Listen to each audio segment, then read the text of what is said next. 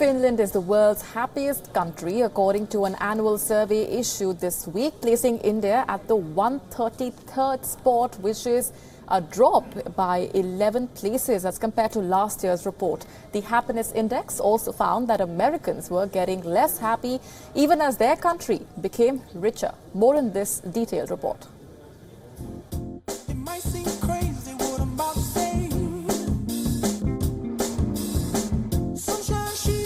What makes the world happy? 6 broad factors stood out as the compilers of the report asked individuals from 156 countries to define what made them happy.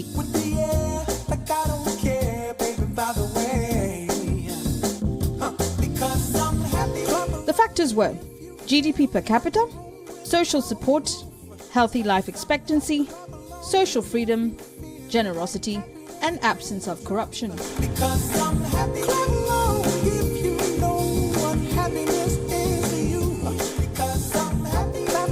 And the winner was Finland.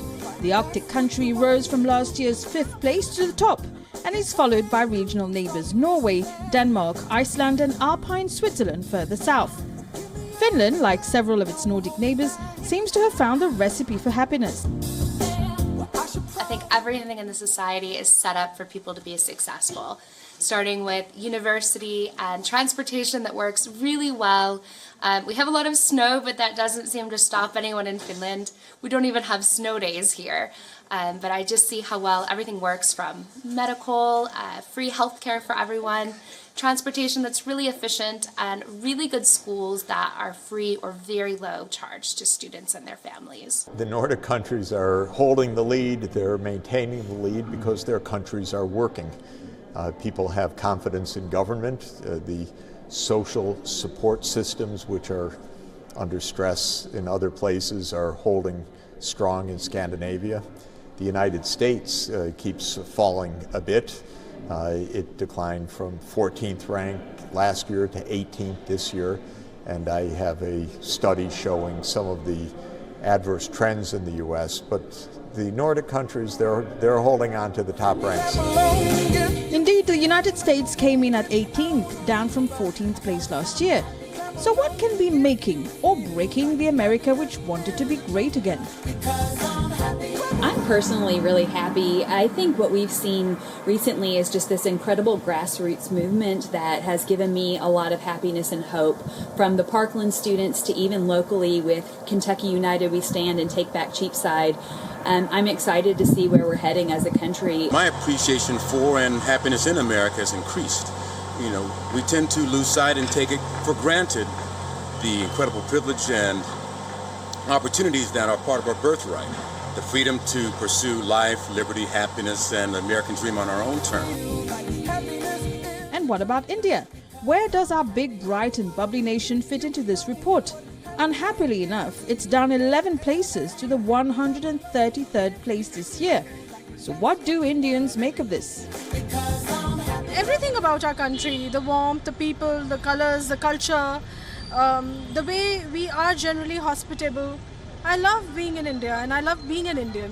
I'm definitely happy in terms of the freedom. I'm absolutely happy living in India. Health and life expectancy is much better in other countries. If you see the younger generation, they're working for the material gains. Nobody wants to have happiness. Actually, they're only focusing on the money. They need money, money, money. That's all. The compilers of the 6th World Happiness Report at the UN underline that it's a subjective study. Therefore, it leaves it up to each and every one of us to decide whether we're happy or not. Bureau Report, WION.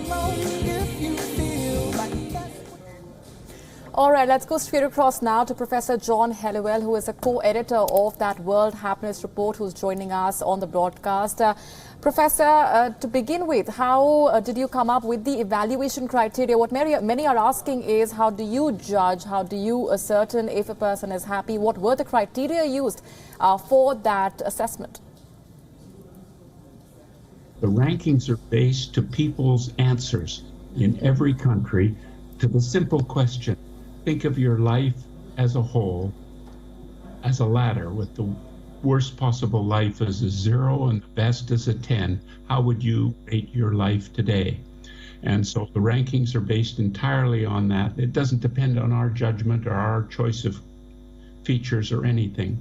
The 6 factors are things we have found help to explain the differences between countries in their rankings, and our selection of those depend on what kind of data we have available, as well as what we know from the science of happiness about what supports people's judgments about their own life.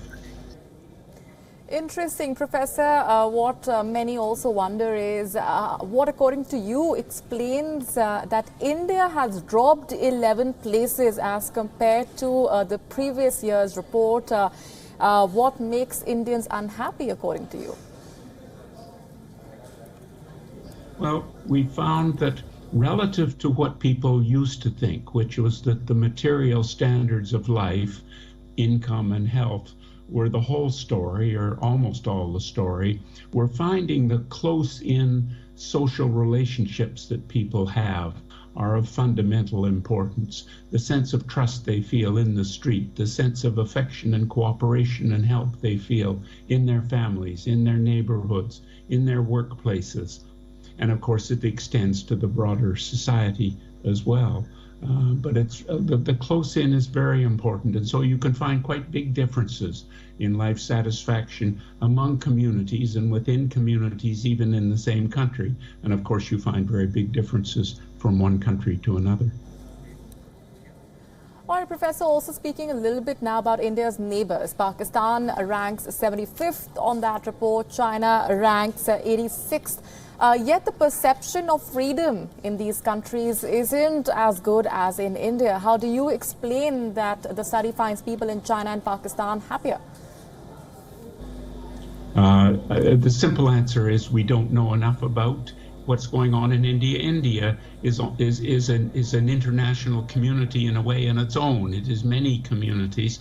Most Indian states are bigger than almost any country in the world in terms of population, and they differ a lot. We are trying, as around the world, to help international, national statistical agencies and state level. There are a number of Indian states that are taking happiness very seriously and starting surveys within their states to find out how life is going in the state and see what they can do to improve it.